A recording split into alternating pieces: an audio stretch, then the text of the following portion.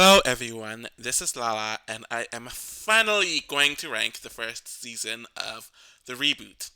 I did watch it the day it leaked, I think 11 months ago by now, or 2 to 3 weeks ago, or 2 to 3 weeks from now, it will be a year. So I did watch it the day it leaked, and I really, really liked it. But because it was leaked, a lot of the links and videos and stuff were deleted. So I couldn't rewatch it to take my notes and to really break down the season. I literally spent this entire year trying to look for videos and links to rewatch the season to do this review, but I never found any. Even after it aired in certain countries, there was no available options to watch it for me. And there weren't any additional links. So I thought, okay, I'm going to wait until it airs in the US. Since usually when something airs in the US, they're uploaded online quicker. But we still don't have a US air date for it. And then the second season started coming around, and I was like, I can't review that season without reviewing the first season, so that was kind of an annoying dilemma that I was in. So I watched the second season, and I'll delve into my thoughts on that later.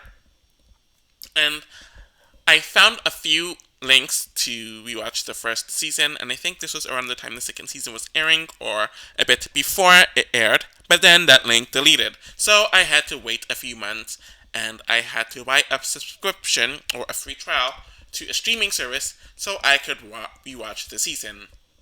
So now that I recapped my tough journey regarding this review, to get to rewatch the season is over with, now it is time for me to talk about the season. And I really like it, actually. It's one of my favorites. I think they did a great job of updating the stereotypes to fit towards how teens are in the 2020s compared to the 2000s, and they got rid of some of the tropes that were found more in the 2000s. Since the landscape, especially with social media, changed so much between then and now. So you have a lot more influencers and all that jazz. I really liked that we saw a lot of the cast interacting more, which wasn't the case in Pocket 2 Island, and even in Revenge of the Island to some extent. The interactions were still kind of restricted, and I really liked that they toned down all of the sadistic elements that were way too rampant in the latter seasons, like the toxic island, the fake island, the Codazoid stuff, the Feral Zeke stuff. They really toned all of that down to make it a more down-to-earth experience, which I really appreciate here. And I think it made the cast stand out a lot more. In addition to that, I really, really, really like how they put so much effort into the gameplay this season, where no other season before this, or even the second season, had such a huge emphasis on gameplay from damn near the entire cast. Where in past seasons, it's usually the villains who get to talk about their strategy and implement it more, and it was almost painted as a bad thing, so I'm glad we don't have that here. Overall, I found the cast to be very likable, very relatable, and I got into the gameplay and drama of the season, and it really brings back that old school feeling, though it of course doesn't have the 26 episodes. But I think this cast used the 13 episodes the best that a 13 episode season has been on Total Drama. So let's just get to the episodes. So they really go out of their way to give us good intros and backstory to the cast, which is something that we didn't get for the ROTI or the PI newbies in the first episode. So Millie talks about how much of a failure her generation is, where you can get famous by live streaming, so she's studying the cast on Total Drama to research her own generation, which is late Gen Z. Axel talks about being a uber survivalist, and she seems like a redundant Sean and Eva merged together. Priya talks about being a huge Total Drama fan and how she was trained her entire life to take on a reboot by her parents, who were huge fans. With this, I would assume that her parents were a bit older than the TDI cast, since if this was 15 years after the show, if I'm correct, and her parents probably would have been a bit older, so I'd say early 20s when they had Priya. So I guess that all makes sense. Anyways, Z is a relaxed dude who drinks a bunch of soda and isn't very talented. Ripper is obsessed with farts and doesn't care about anyone, but he does have a criminal record. He is absolutely repugnant. Damien is a nerd who looks like a jock, which I found interesting, and was dared into trying out for the show, but he knows absolutely nothing about it. Scary Girl is akin to a Pakatu Island character and is obsessed with harming people. Bowie is the first openly gay contestant who is athletic and a prom king/queen, so he is very competitive. Chase is a live streamer who is obsessed with the limelight, stunts, and pranks, and talks about his girlfriend dumping him. Speaking of said girlfriend, Emma appears after him and talks about leaving their live streaming crew and is very pissed off at her ex. And it's very interesting to see that there is another way that they brought in people who knew each other on the show previously. So having exes like this, I found to be pretty interesting. Anyways, things are very tense with the two once they are put on the island. MK is an Uber thief and talks about how she has a secret talent and does things undercover, which is how she wants to play the game. And I like how she's talking about using a different type of strategy to thrive on Total Drama, which is something we don't get. Caleb doesn't say anything, but is the uber hot guy that everyone hawks over, so a redundant Justin.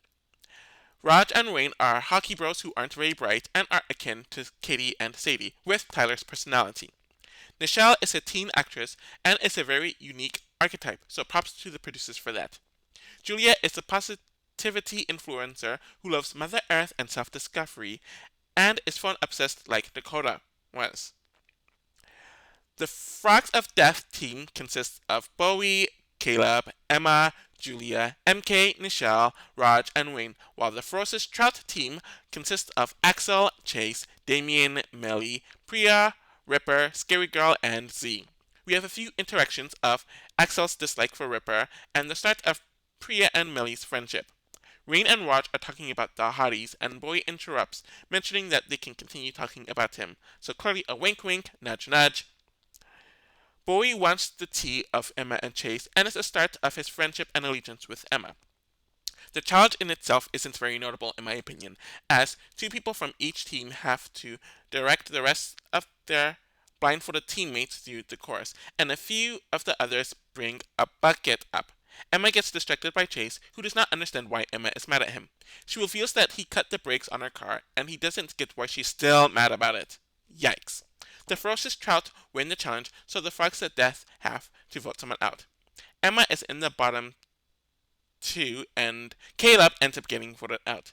He's confused, and as I'm watching the episode, I'm also confused, since there's no indication or hint that this was happening. We only get Bowie hiding in a bush and smirking mischievously, mentioning that he came to play the game, and that Caleb was too unbeatable. They could have handled this a lot better. So I really have nothing to say about Caleb, since he really didn't say anything.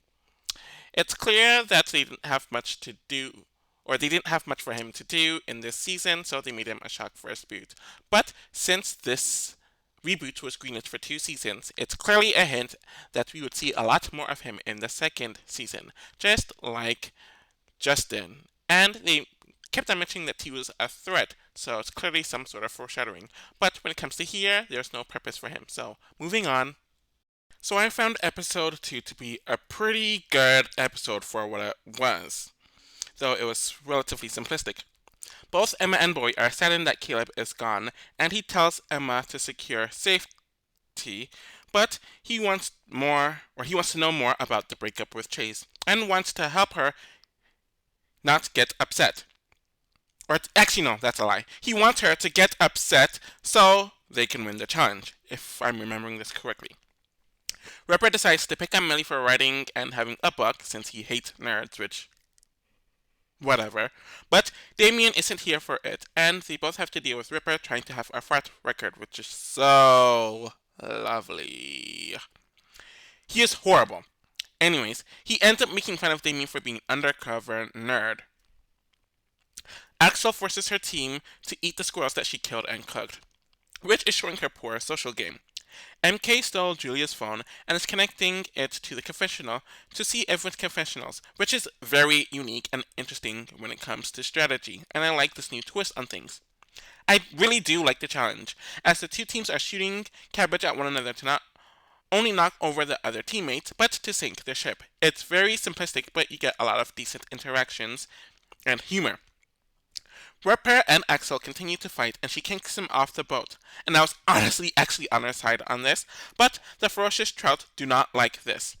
Boy and Emma continue to shoot at Chase, and the Hockey Bros come up with a good strategy to knock out most of the other teams. So there isn't enough people to defend their ship, which eventually causes them to win. Though Scarecrow came up with a plan to crash both ships to make it a tie, which Z fails to do. It is revealed that Z is an amputee and has a prosthetic leg, where I actually like how the show handled this, and they don't make it seem like such a big deal, and they don't make it his entire character, which is something that a lot of media tends to get wrong when it comes to people with disabilities, as they make their disability their entire character and personality. Chase thinks that Emma wants him back, and she's happy that she hurt him. Axel ends up getting voted out over Ripper, and she of course takes no accountability for her loss, as she bites him before she leaves. Axel really wasn't offering anything new to the table, though I did find her kind of beating up, or kicking Ripper to be kind of funny.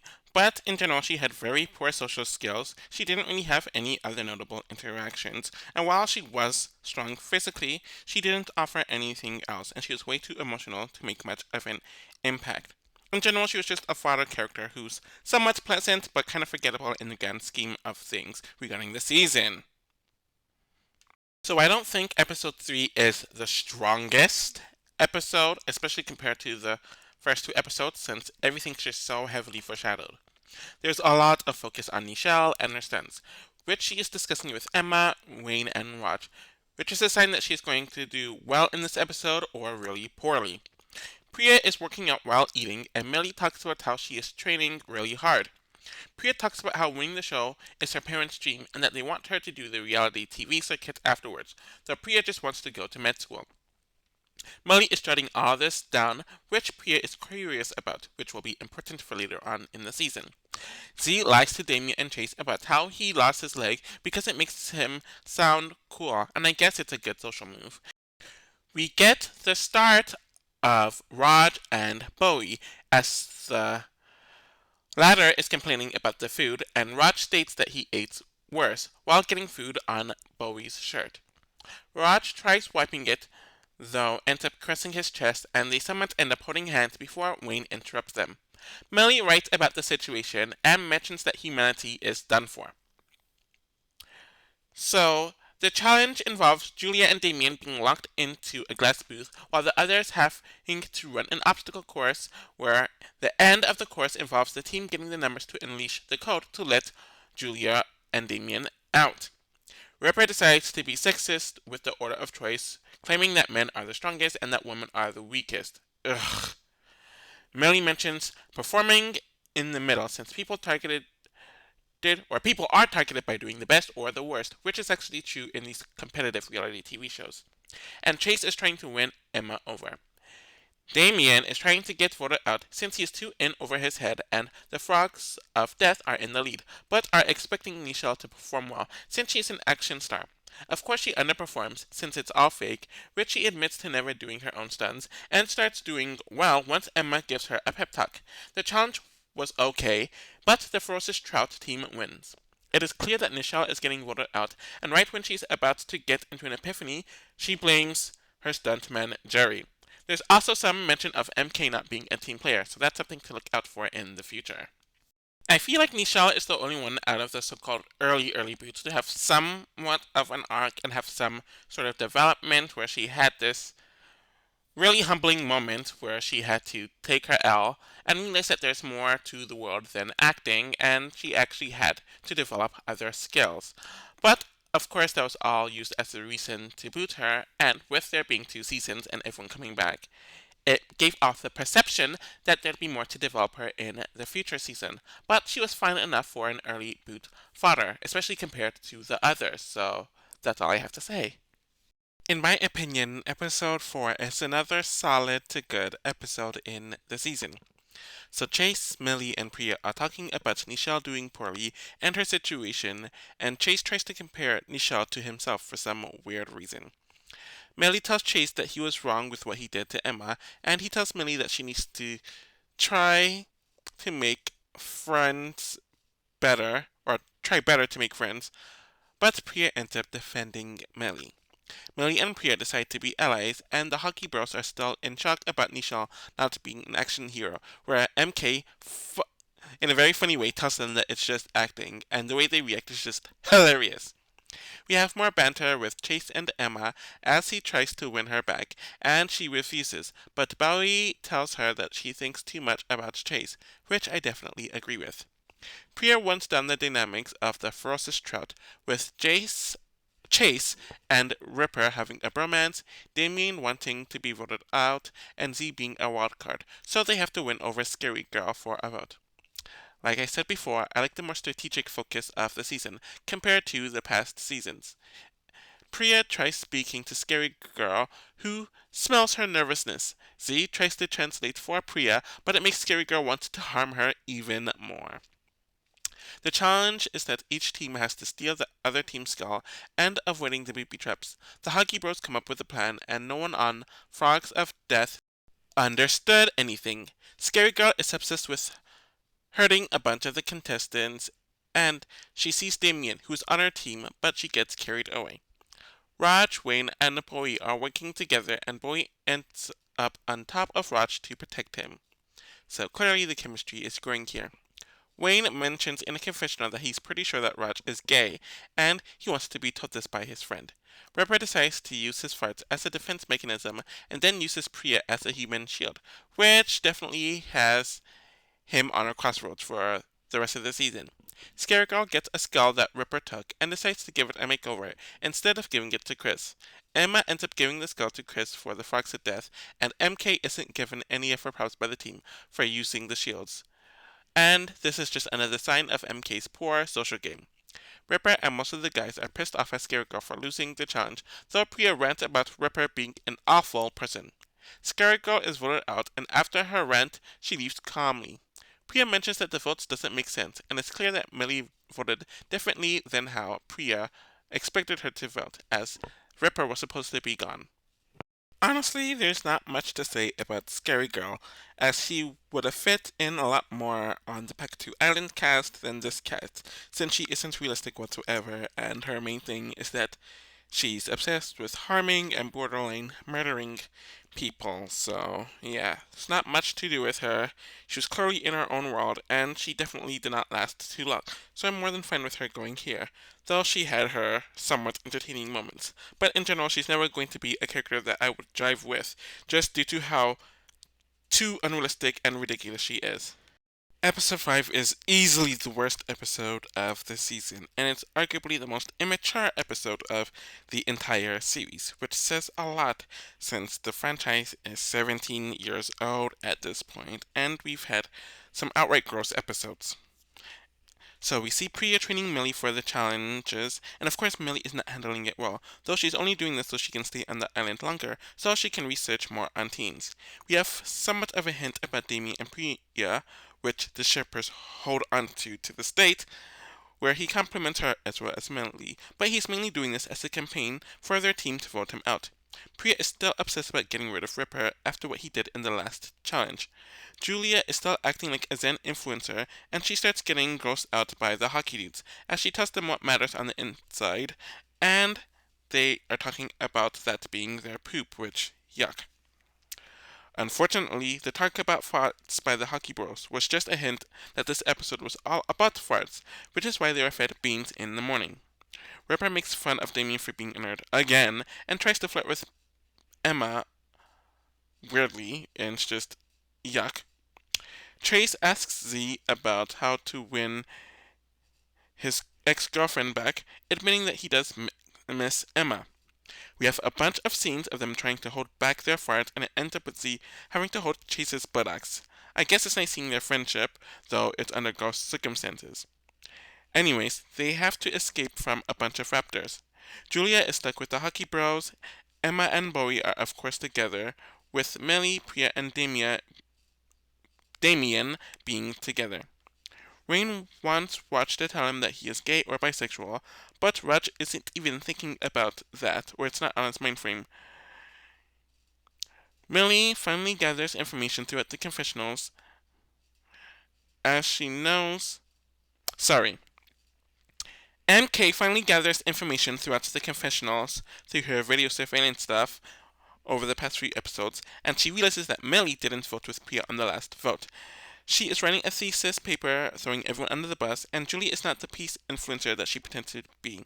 And MK sees a video of Julia going off on the rector later on in an episode, showing her true colors.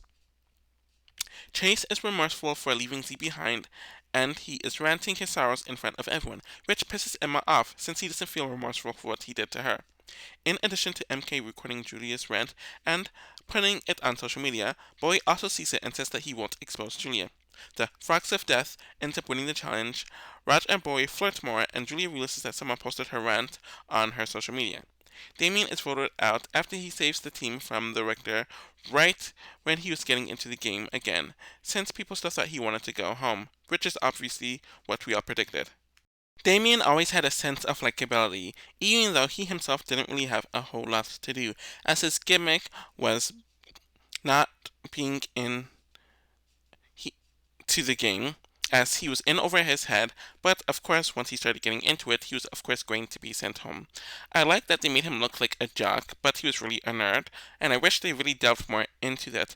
But for what he was worth, he was fine enough here, though he could have lasted a bit longer, though it was clear that he didn't have many notable interactions that needed to be cleared through or developed more, hence him going here, being a late pre-merger. So in general, I do like episode 6, though I can definitely feel things get a bit contrived at this point, especially with some of the machinations of the episode.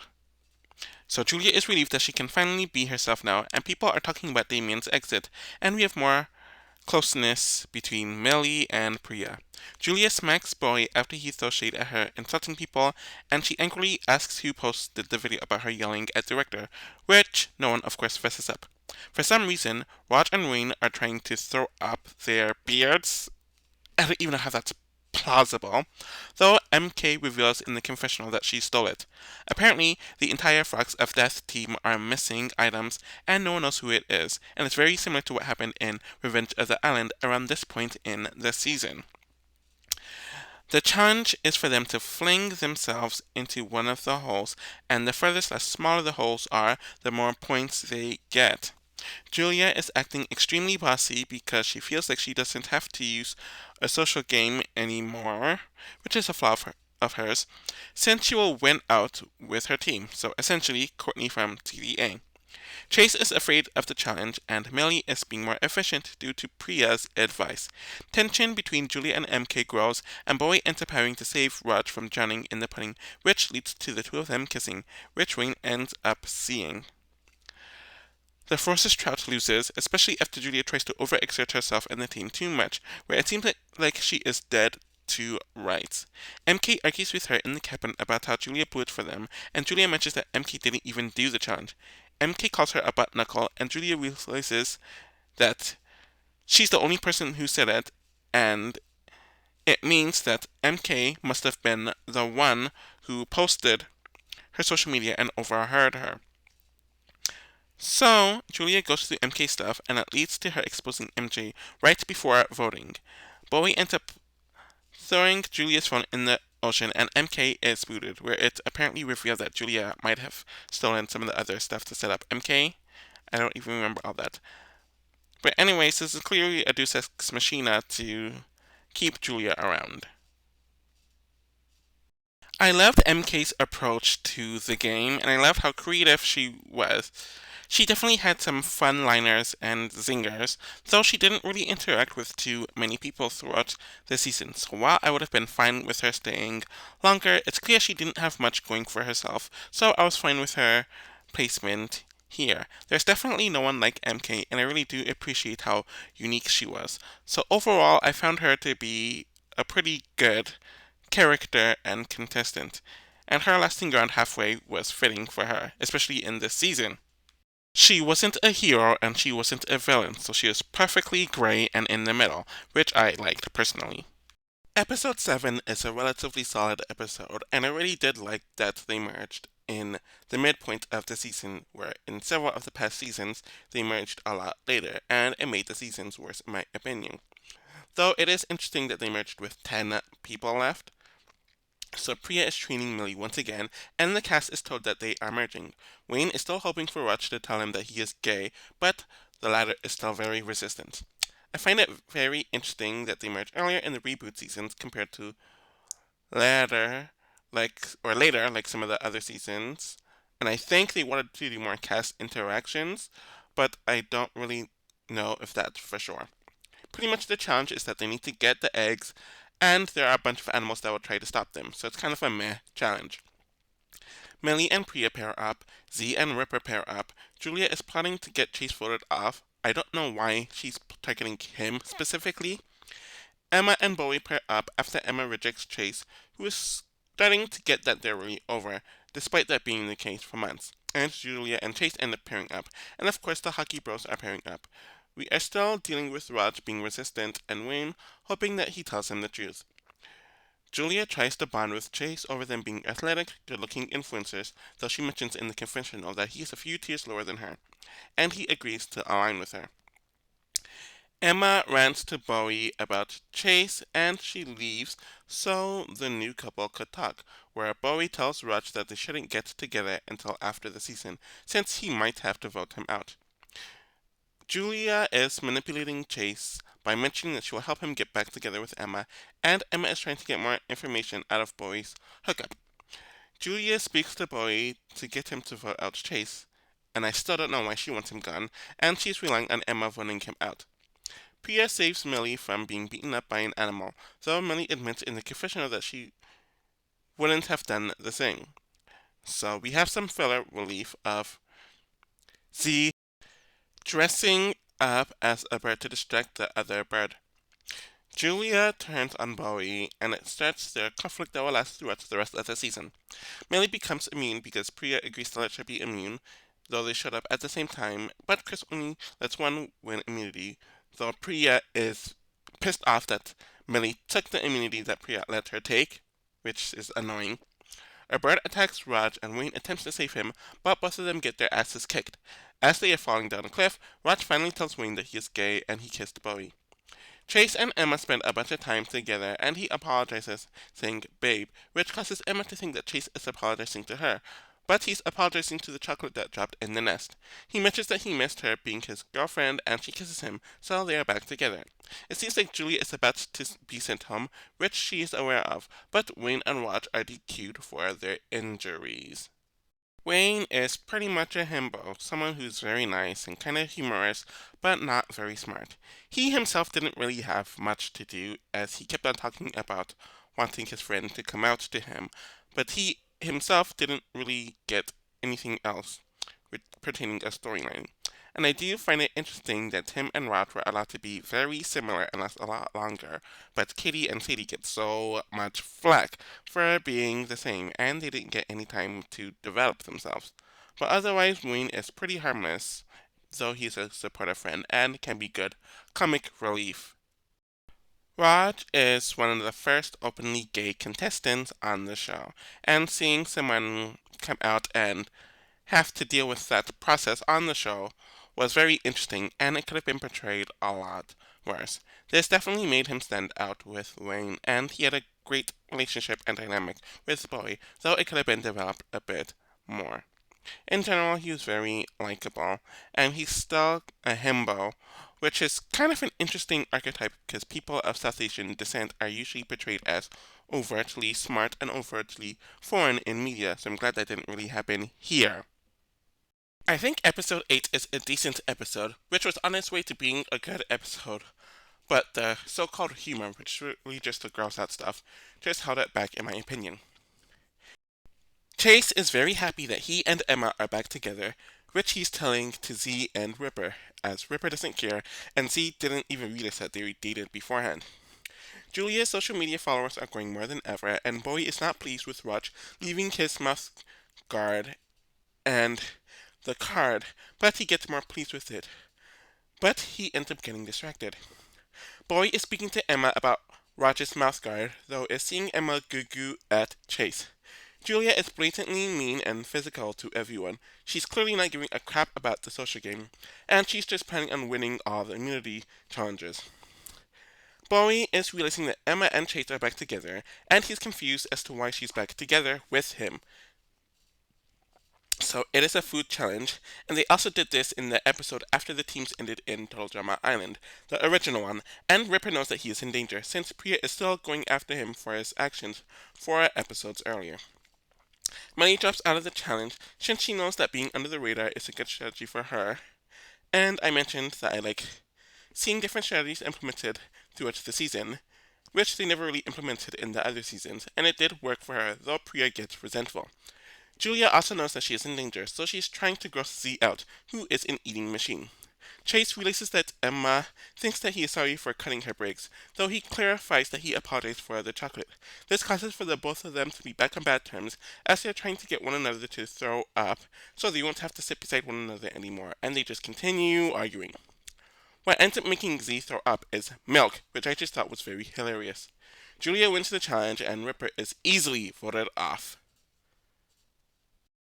Ripper is awful, Ripper is repugnant, Ripper is gross, Ripper is mean, Ripper is vomit inducing, and it's clear that he was supposed to be the fart humor of the season, but it's still ridiculous that they still feel the need to do that, and he really didn't offer anything else.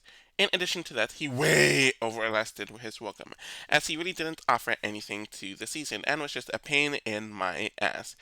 I'm glad that he finally went here, but he should have been gone so much earlier.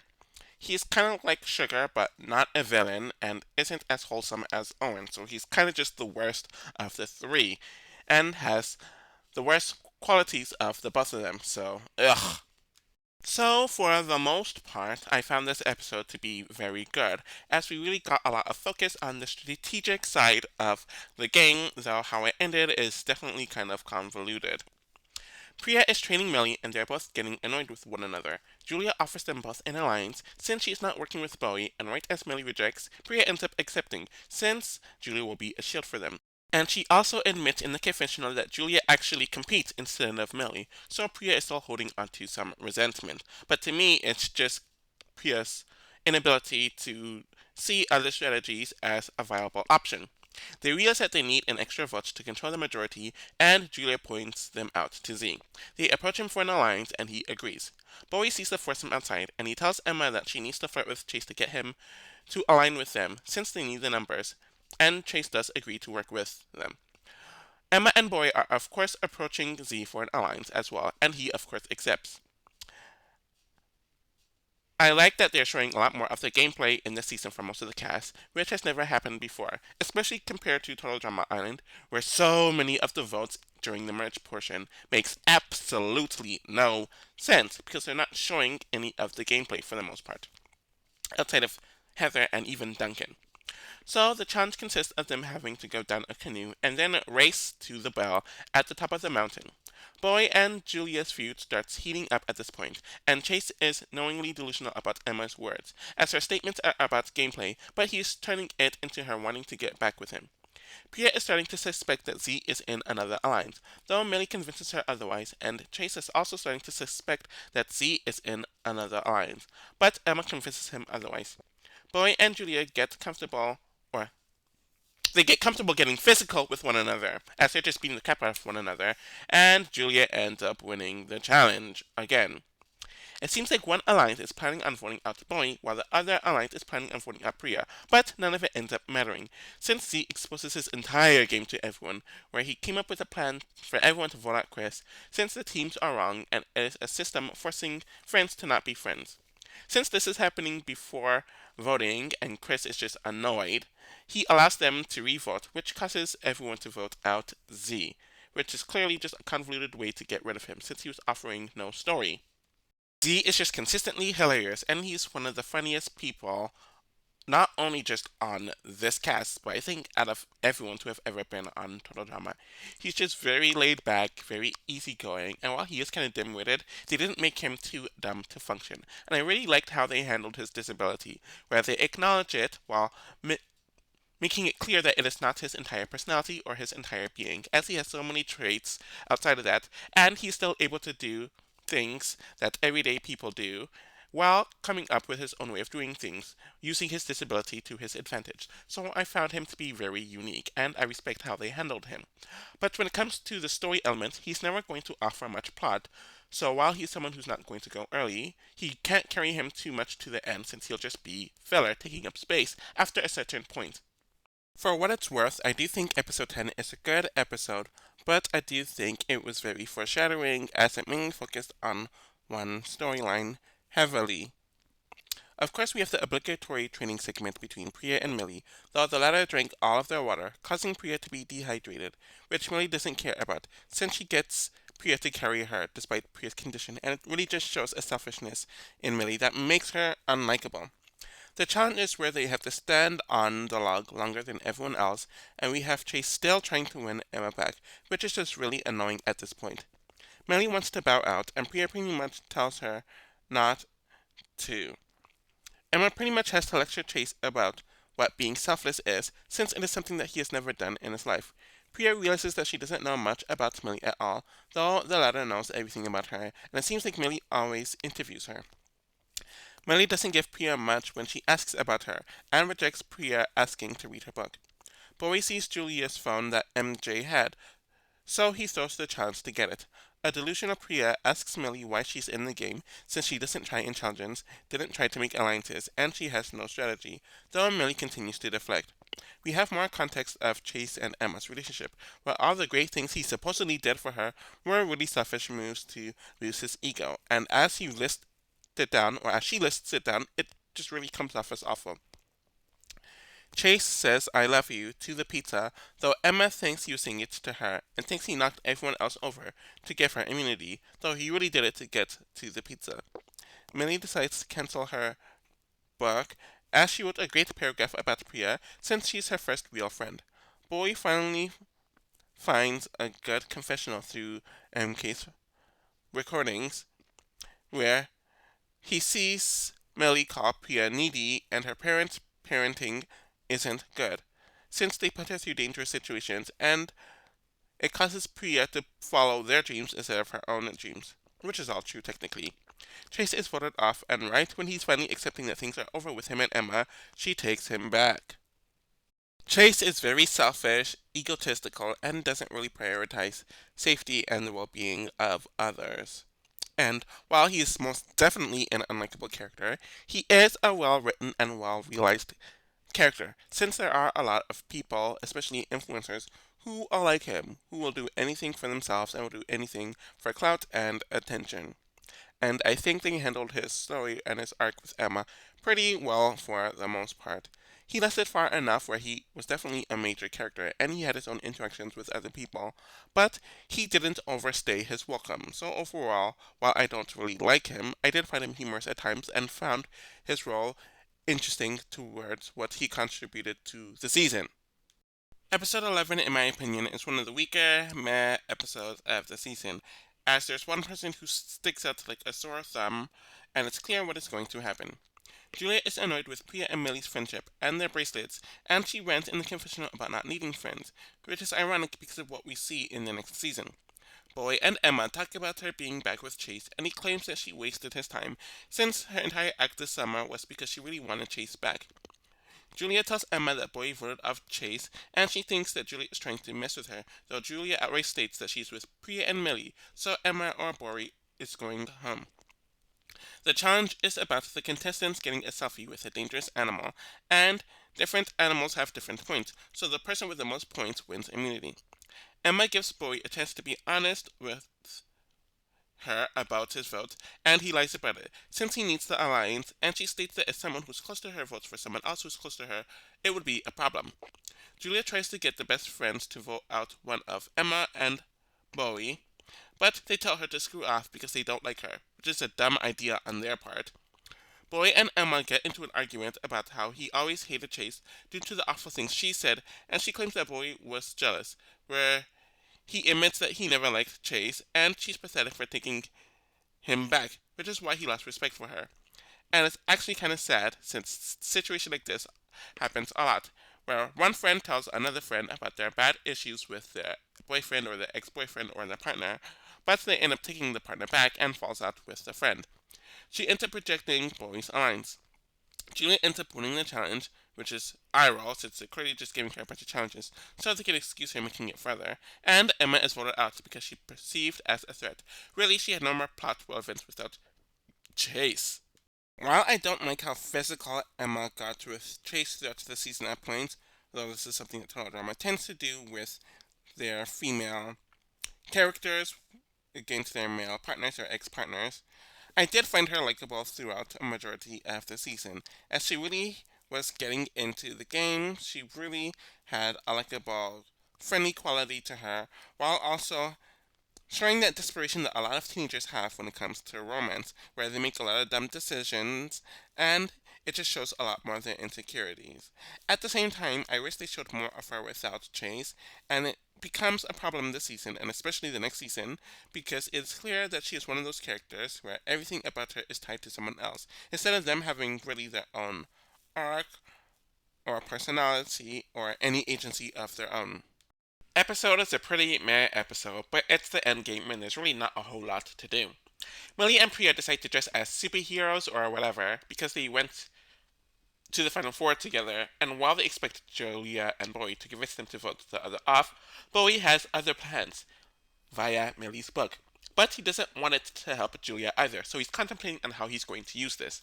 Bowie suggests to them that he will partner with Julia to throw the challenge, causing one of them to win so they can all vote off Julia, which is interesting. Julia rejects Bowie's offer for an alliance, though he tells her that they see her as a bigger threat than him, causing her to change her mind. Julia comes off as unlikable due to her cheering Millie and Pierre getting crushed by boulders, and Bowie goes on his plan to throw the challenge. This challenge is extremely boring, as most of the dialogue is between the two pairs, and there's really not much happening during this point.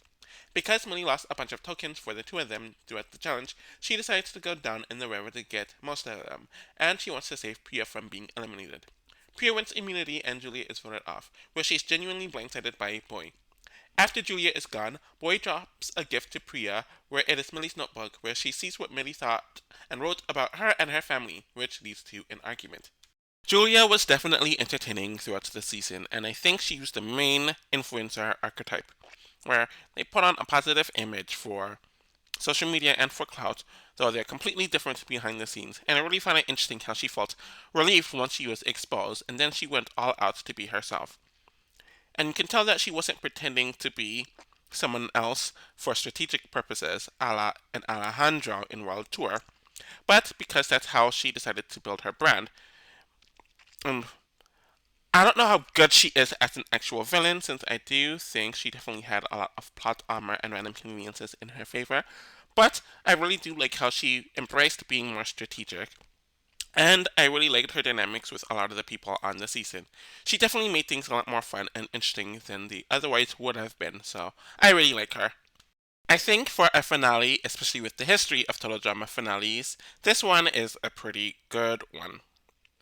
So we have Millie and Priya arguing with one another due to the revelation of Millie's book at the end of the last episode, where Boy is of course feeling like he's on his way to victory already. It is nice to see the entire cast again, and to have that feel good moment in the finale, and each of them having some commentary, which we did not have in either Pakatu Island or All Stars, meaning Revenge of the Island was the last time everyone really appeared in the finale, and we didn't have the ridiculousness of Alejandro turning into a robot at the end of the World Tour finale. So I really do appreciate them for cutting it down. The challenge is pretty standard, but it isn't as ridiculous as the other final challenges, so it is welcome, in my opinion. Millie is of course eliminated after she makes up with Priya, causing the final two to go head to head. For the first time in the show's history, we only have one winner that is confirmed, where Priya wins the season over Bowie. Millie was not necessarily very likable, and seeing her and Priya's plot drag to the finale was kind of irritating, but I did like how she had a different approach to the strategy of the game, which I did find interesting, and she had to learn how to actually be open and vulnerable with people, and to be less judgmental. So while she wasn't one of my favorite people, she was well utilized and served our purpose. And she's definitely one of those old soul types of people who can't relate to the generation due to having different interests, and has to learn how to stop judging people due to her being different or seeing herself as superior. Though In reality, she's just very insecure and really feels inferior compared to everyone else. So I, as well as a lot of people, were pretty nervous as to how they would handle Bowie, since he's the first openly gay contestant on Total Drama, and I think they handled him well. While him being gay is a part of his personality, it wasn't all he was, and there was so much more to him than that.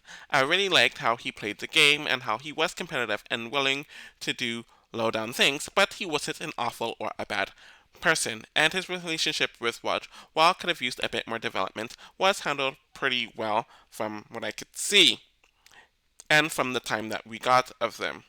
In general, he is definitely one of the most dynamic people of this generation, and I do think the season would have been a lot worse without him, so he's definitely one of my favorites here.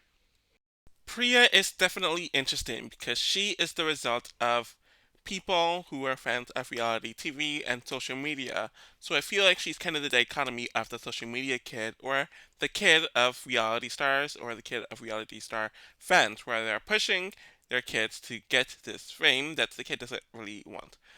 Due to this, it kind of did make Priya a pretty predictable winner, since she had all the skills to physically do well and she had the idea of what to do strategically, though I don't know how great she was at the strategy point of view. In general, she was likable enough and she wasn't boring like many of the other main female protagonists that they tend to push throughout the last several generations. So I do appreciate what she brought here. So, yeah. So that is my review slash recap of the first season of the Total Drama Reboot, and I believe this is the longest Total Drama review that I've ever done, if I remember correctly. Overall, I thoroughly enjoyed the season. I really liked the cast and how they meshed off of one another. While the challenges weren't the most memorable, I do appreciate how they are more simplistic and they weren't as ridiculous as some of the challenges of the latter seasons. I really loved the huge focus on the strategy, which is something that is missing from even some of the best Total Drama seasons.